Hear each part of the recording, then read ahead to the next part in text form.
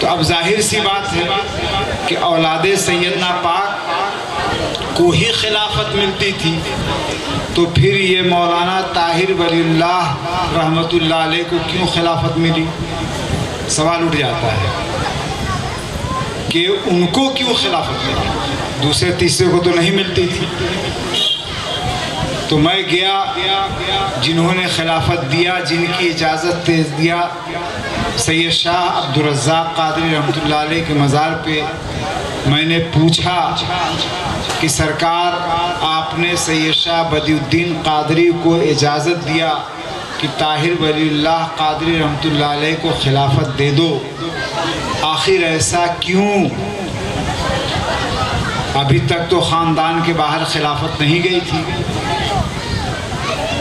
सरकार अब्दुल रज़्ज़ाक़ क़ादरी पाक फरमाए, बेटा एक वक्त आएगा कि मैंने एक को दिलवाया है, तुम कई को दोगे।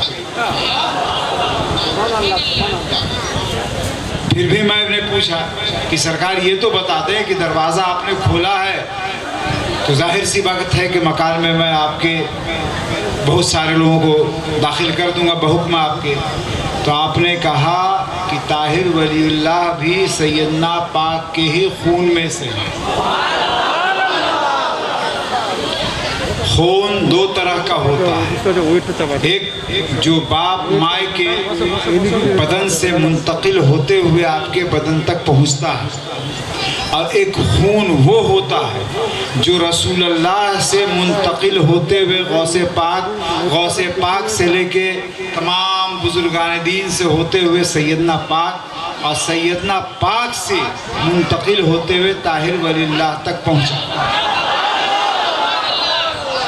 वो खून काटने से नहीं गिरता, वो खून दिखाई नहीं देता, लेकिन जो उस खून में चिमट गए वो उससे मालामाल हो गए, तरबतर हो गए। लेकिन बड़ी बदनसीबी ये रही, मेरा बचपना था, शायद कि मैं 8-9 साल का रहा हूँगा। मेरे वालिद सैयद शाह जलालुद्दीन अब्दाल क़ादरी और भी बहुत सारे अमजद शरीफ के सादात इकराम इस खानकाह में आए। ताहिर वलीउल्लाह क़ादरी रहमतुल्लाह अलैह का इंतकाल जब हो गया, आपस में ख़ानदान में बहुत लड़ाई झगड़ा चला, तो आप लोगों ने बैठ के फ़ैसला किया कि जो खून ताहिर वलीउल्लाह के बदन में रूहानी था वो मौलाना अबू नसर के बदन में मुंतकिल कर दिया। और मैं एकदम बेबांगे दुहल बोल रहा हूँ, जिसको हिम्मत है मेरे सामने आके मुझसे बात कर ले। मैं जिंदाबाद, नारे तकबीर, नारे रिसालत, औलादे गौसे पाक, औलादे गौसे पाक, औलादे गौसे पाक, आखिरी दूल्हा, आखिरी दूल्हा, आखिरी दूल्हा। नारे तकबीर, नारे रिसालत।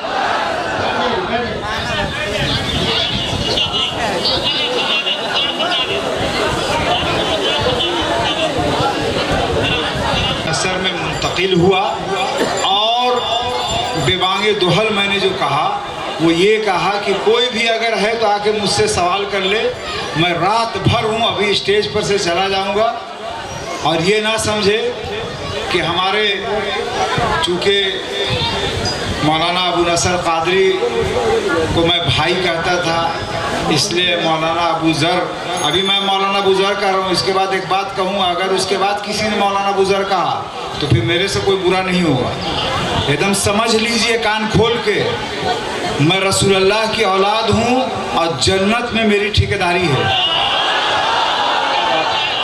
इसलिए कि हुजूर ने इमाम हुसैन को कहा कि तू जन्नत का मालिक है, तो जाहिर सी बात है उनके औलाद हम हैं, तो जाहिर सी बात है कि ठेकेदारी है वहाँ। और कोई मुग़ालती की बात नहीं कर रहा हूँ एकदम। और एक बात और सुन लो, बोलते बोलते बोल जाए, पता नहीं हम उलमा नहीं हैं, तो तकरीर करते हैं और छुक छुक छुक छुक गाड़ी चलाते हैं। आशार भी बोलते हैं और का नाम है कि तकरीर भी करते हैं, लेकिन अपनी महफिल में। तो मैं ये कह रहा था कि कोई ये ना समझे कि मौलाना अबू ज़र ने बुलाया, मोटी रकम दिया होगा तो जाहिर सी बात है कि ये बोलबे करेगी। नहीं, मौलाना अबू ज़र पता नहीं उस वक्त पैदा हुए भी थे कि नहीं जब मैं यहाँ पटासपुर आया था। उसके बाद जब यहाँ फैसला हुआ, देखिए एक बात समझ लीजिए, साहिब सज्जादा जो होता है वो खानकाह का मालिक होता है। सुभान अल्लाह, सुभान अल्लाह। जिस तरह कोर्ट में सिविल कोर्ट है, हाई कोर्ट है या लोअर कोर्ट है, उसमें वकील बहुत होता है, लेकिन जज जो होता है वही मालिक होता है और एक जज ही होता है। तो जो जज फैसला दे दे उसको मानना हर वकील का फ़र्ज़ होता है और हर इंसान का फ़र्ज़ होता है जो कोर्ट में है। तो मेरे वालिद मोहतरम पीरो मुर्शिद ने तमाम लोगों से, वहाँ पर बड़े सरकार भी थे, तमाम लोगों से मशवरा करके, तमाम लोगों से शरीयत के मुताबिक बात करके मौलाना अबू नसर को मौलाना ताहिर वलीउल्लाह का जानशी बनाया। मेरे पास लिखित भी है, सिर्फ ज़बानी खर्च नहीं कर रहा हूँ। किसी को अगर लिखित देखना होगा आ जाना खानकाह में, बड़ी हिफाजत से रख के गए हैं वो बाहर के। तो जब यहाँ फितना फसाद चलता रहा, एक तरफ, अब हम यजीदी तो नहीं कहेंगे, लेकिन एक तरफ मुखालिफिन थे और एक तरफ इमाम हुसैन का बनाया हुआ दूल्हा था, औलादे इमाम हुसैन का बनाया हुआ दूल्हा था। उसका नाम मौलाना अबू नसर कादरी रहमतुल्लाह अलैह। अब बीच में कहाँ कहाँ जलसा हुआ, शायर या उलमा तो थे नहीं कि दावत दे के बुलाया जाता है। ऐसे भी मिजाज से ज़रा फरकट है, अपने यहाँ भी बड़ा बड़ा जलसा होता है तो मूड आया तो गए, तो नहीं है। हमें क्या लेना देना, हमें लेना देना ये है कि अभी यहाँ पर जितने लोग हैं इसके 5 गुना भी आ जाएंगे। बोलेगा अल्लाह का कलाम लिख के दे दो, बेटी की शादी नहीं हो रही, अल्लाह का कलाम दे दो, बहू को औलाद नहीं हो रहा है, अल्लाह का कलाम दे दो, जिन जिन्नात पकड़ो, इंशाअल्लाह ताला 5 दिन बैठ के करते रहेंगे। भर के बात दूसरी तरफ निकल जाएगी। तो मैं आज उसी खानकाह का साहिब सज्जादा होने के नाते पहले तो 2 अशार सुना रहा हूँ, हैं ये बहुत सुना है आप लोगों ने, उसके बाद 4 अशार और सुनाऊंगा। सुभान अल्लाह, सुनने वालों को पढ़ें। ये लोग जो बोल रहे हैं, ये लोग बोल रहे हैं इसलिए कि शायद हम स्टेज में इन लोगों को बुलाएंगे। आप लोग बोलिएगा तो पढ़ेंगे, ना तो नहीं पढ़ेंगे। पढ़ें, सुनिए। सुभान अल्लाह। रोक लेती है आपकी निस्बत जितने भी हम पे तीर चलते हैं। रोक लेती है आपकी निस्बत तीर जितने भी हम पे चलते हैं, और ये करम है हुजूर का हम पर नहीं, इधर हम तो पढ़ रहे हैं, मुखातिब इधर हो। ये करम है हुजूर का हम पर, आने वाले अजाब भी टलते हैं। आगे भी पढ़ें, ये सुनी हुई बात है, छोड़ो हम अपना अशार पढ़ें। तसव्वुफ का अशार चंद पढ़ेंगे, उसके बाद कुछ ऐलान करेंगे। आप लोग का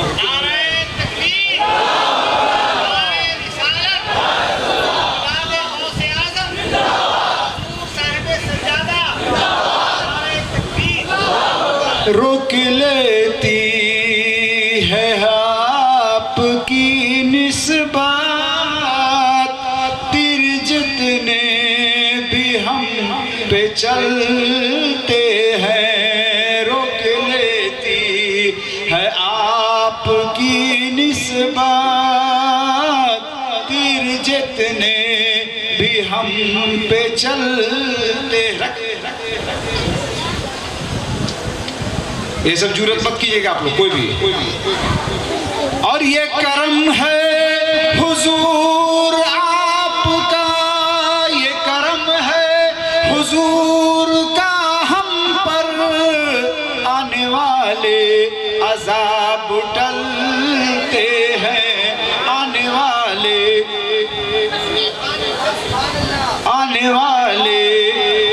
अजाब टलते हैं। अब हमें कौन क्या गिराएगा, क्या गिराएगा, हर सहारा गले लगाएगा।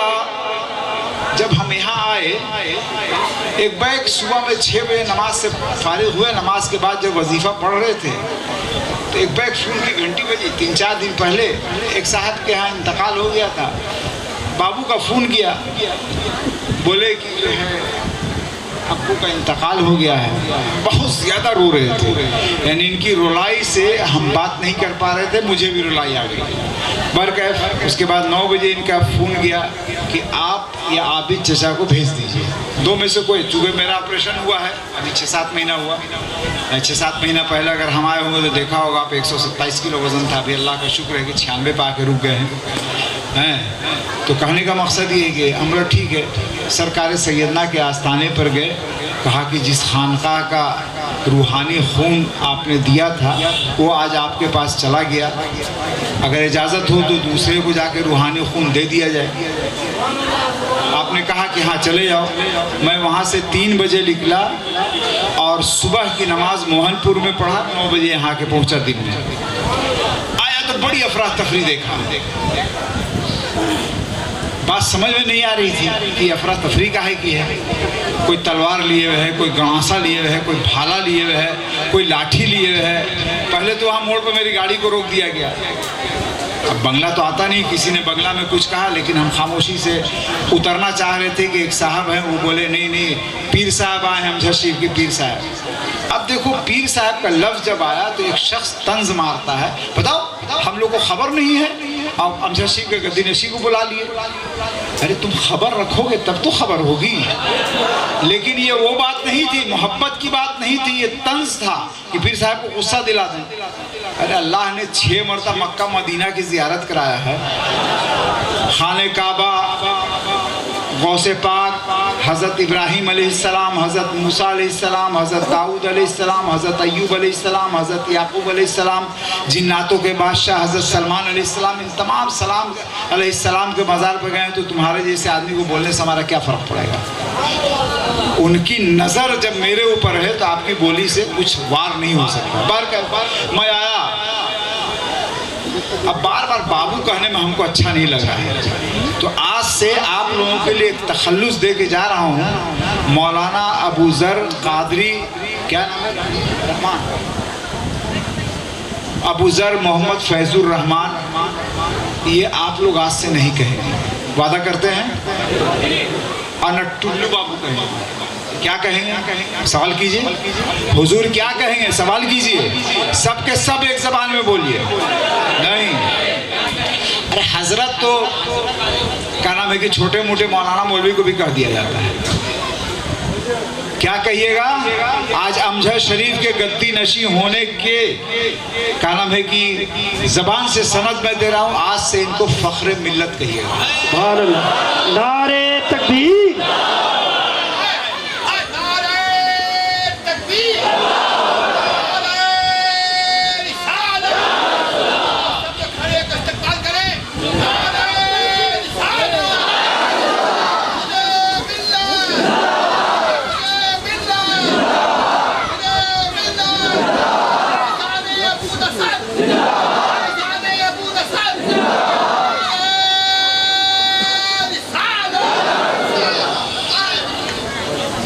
अब देखो बहुत सारी बात है, अब लच्छेदार तकरीर तो कर नहीं सकते हैं, लेकिन हकीकत जो है वो हकीकत है। कोई है माए का लाल यहाँ पर ज़रा पूछे हमसे कि फ़ख्र मिल्लत क्यों कह रहे हैं? है कोई तो बोले, है कोई इस मजमे में या अगल बगल में कहीं? नहीं है। सुनो, बहैसियत साहिब सज्जादा मैं इनको फ़ख्र मिल्लत का लक़ाब क्यों दिया, और मैं कह भी रहा हूँ फ़ख्र मिल्लत। देखो कोई नहीं जिंदाबाद का, क्या तुम लोग आते हो? बोलो फ़ख्र मिल्लत, फ़ख्र मिल्लत, फ़ख्र मिल्लत, फ़ख्र मिल्लत, फ़ख्र मिल्लत, फ़ख्र मिल्लत, फ़ख्र मिल्लत, फ़ख्र मिल्लत, फ़ख्र मिल्लत, फ़ख्र मिल्लत, फ़ख्र मिल्लत। 11 दफ़ा, 11 दफ़ा याद रखना। ये जिंदाबाद नहीं है, ये का नाम है कि वादा है, वादा तोड़ोगे क़यामत के दिन जवाब देना होगा। अब सुनो, फ़ख्र मिल्लत मैंने क्यों कहा। इनके वालिद मोहतरम मौलाना नसर मिल्लत ने अब किससे इनका का नाम है कि इब्तदा करवाया तालीम का, ये तो मैं नहीं जानता, लेकिन करवाया किसी ऐसे ही से जो बसलाहियत आलिम दीन भी थे और दुनियावी इल्म भी था उनको। इसीलिए इनको अल्लाह पाक ने पहले तो ज़ियाउल इस्लाम कलकत्ता से आलिम बनाया, उसके बाद फिर इनको डबल एमए बनाया, इंग्लिश में और अरबी में। इसलिए अरबी जो है वो कलामुल्लाह की बोली है और इंग्लिश जो है दुनिया में अभी सबसे बड़ी बोली है। तो दोनों में ही है, यानी शरीयत में जो चीज़ है उसके भी अरबी में ये एमए है और इंग्लिश में भी। उसके बाद ऐसी नहीं, फिर इनके वालिद ने इनको इंसाफ पसंद बना दिया, झगड़ा करने वाला बना दिया। LLB का मतलब ये है कि किसी का हक अगर कोई दूसरा छीने तो उसके लिए लड़ जाए, कानूनी लड़ाई। ये मुल्क बादशाहों का नहीं है, इस्लामी मुल्क नहीं है कि यहाँ जो है बादशाह की हुकूमत चलेगी, यहाँ LLB की हुकूमत चलेगी। अगर इंसाफ पसंद जज बैठा होगा तो वो ज़रूर का नाम है कि सच का साथ दे देगा। LLB बना दिया। उसके बाद में अल्लाह ने नवाजा कि भाई इतना इल्म है तो थोड़ा दुनियादारी भी कर लो। हाई स्कूल के हेड मास्टर बने, कमरिया हाई स्कूल के हेड मास्टर हैं ये। अब क्या ज़रूरत थी, हज़रत नसीर मिल्लत के मुरीद यहाँ कौन कौन है, ज़रा सा हाथ उठाओ तुम। माशाअल्लाह, अभी और होंगे लेकिन समझ नहीं रहे मेरी बात को, इसलिए बंगला तो बोल नहीं रहे हैं। तो आप लोगों ने कभी पूछा कि हज़रत इनको मास्टर काहे बना रहे हैं? अरे पूछना चाहिए था ना कि बड़ी बड़ी खानका या जितने भी छोटी मोटी खानका है सबके बच्चे जो है आलिम बन गए, उसके बाद हाथ पर चुमावे लगे, तकरीर करने लगे, नात पढ़ने लगे, नजराना के पीछे भागे लगे। इनको आप हेड मास्टर क्या बना दिया? नहीं पूछा। सुनिए, उन्होंने इसलिए मास्टर बना दिया कि रिस्क अपना मेहनत से कमाएगा, तुम्हारा मोहताज नहीं रहेगा। अब पूरी ज़िंदगी मौलाना अबू नसर कादिर रहमतुल्लाह अलैह ने जंगो जदाल में गुजारा। जुल्म लोगों ने उन पर किया, जुल्म उन पर किया और वो चुपचाप सब्र करके जुल्म सहते रहे। जिस चचा की गोद में का नाम है कि बचपन गुजारा, जिस चचा ने मुरीद किया, जिस चचा ने शफकत का हाथ सर पर रखा, आलिम दीन बनाया, जानते थे कि इसके बाद मेरे बाद यही संभालेगा खानकाह को, उस चचा के मज़ार पे जाने से लोगों ने सालों साल रोक दिया। यहाँ तक कि दुनिया से चले गए लेकिन चचा के मज़ार पर नहीं जा सके। देखो, मैं ये सब नहीं बोलता लेकिन मेरा दिल जो है ना वो फट गया जब फ़ख्र मिल्लत ने मुझको फ़ोन किया कि आ जाइए। जब मैं यहाँ पहुँचा तो देखा कि बड़ा गहमा गहमी है, कोई तलवार लिए, कोई गणासा लिए। मैंने वो बताया भी कि लोग तंज भी किए कि गद्दी नशी को बुला लिया। खैर बाहर का मैं आया, देखा कि बाबू दरवाजे पर खड़े हैं। फ़ख्र मिल्लत हाथ पकड़ा, इनको लेकर रूम में गया। कुछ पर्दा नशी औरतों ने कहा ऐसे ऐसे ऐसे। हम बोला ठीक है, सबकी सुनेंगे, आपसे बात नहीं करूँगा। आप अपने बेटे को, अपने शौहर को या अपने बहनों वगैरह, देखिए जो बात हुई है आप बोल रहे हैं एकदम, इसका गवाह अल्लाह है,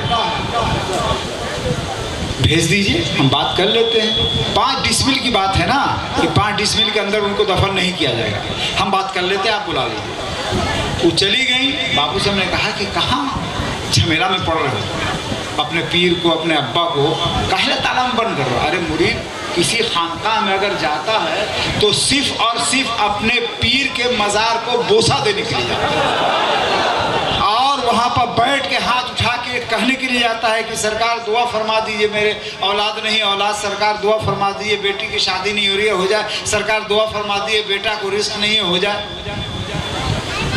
दुआ फरमा दीजिए। यानी आप अल्लाह से कह दीजिए, हमारी ज़बान ज़्यादा आप मोतबर ज़बान है, आप वहाँ से कह दीजिए। तो हम कहा, तो बाबू बोले कि नहीं हजरत वहाँ जो है कब्र। देखो एक चीज़ ये भी याद आ गई है, यानी हमें लगता है कि जब से ये कब्र वब्र का मामला चला है, एक आदमी का 2 कब्र पहली दफ़ा यहाँ खुदा। अभी तक तारीख में तो ना पढ़ा है, हो सकता है कि किसी और की खुदानी हो। बाहर गए बाबू बोले कि फ़ख्र मिल्लत ने कहा कि नहीं हज़रत कब्र खुदा गई है, थोड़ा बहुत बाकी है। हम बोला चलो अपने वालिद के पास ले चलो। उस वक्त तक मैं नहीं गया था, उनका जनाजा एक रूम में रखा हुआ था, माशाअल्लाह से फूल वगैरह से सजा के फ़ख्र मिल्लत ने रखा था। मैं गया, जाने के बाद